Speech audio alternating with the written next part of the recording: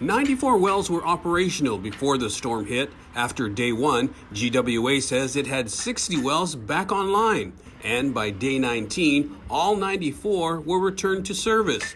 Meanwhile, as the wells were filling up, the pressure needed for distribution was rising too. GWA General Manager Miguel Berdallo. On day 17, June 10th, we had added an additional almost 3,000 customers to being with service, and our number was at 77% and 23% with no service. Next slide.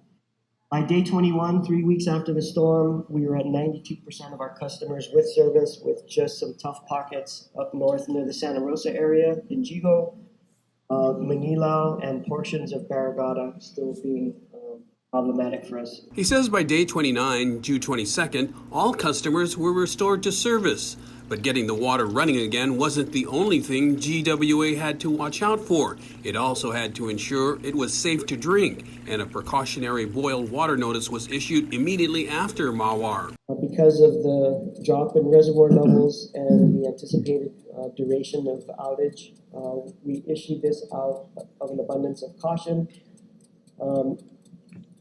Under those conditions, when there is reduced pressure, there is an increased risk of contaminants entering the system, but our testing ultimately confirmed that that did not occur. All the samples that we had taken throughout the recovery process all came back clean. By day 20, GWA felt confident enough to lift the boil water notice to most locations.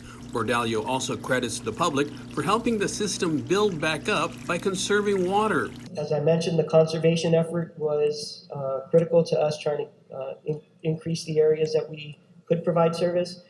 The governor's emergency declaration kind of helped with that. It created a little bit of a headache for us in terms of enforcement, because we would get people calling us saying, my neighbor is water blasting his roof and he's not supposed to be doing that. And so when we got calls, we would have to send out our inspector from compliance and safety. And the inspectors would do a spot check, and yes, a number of notices to comply were issued to overeager residents wanting to clean up.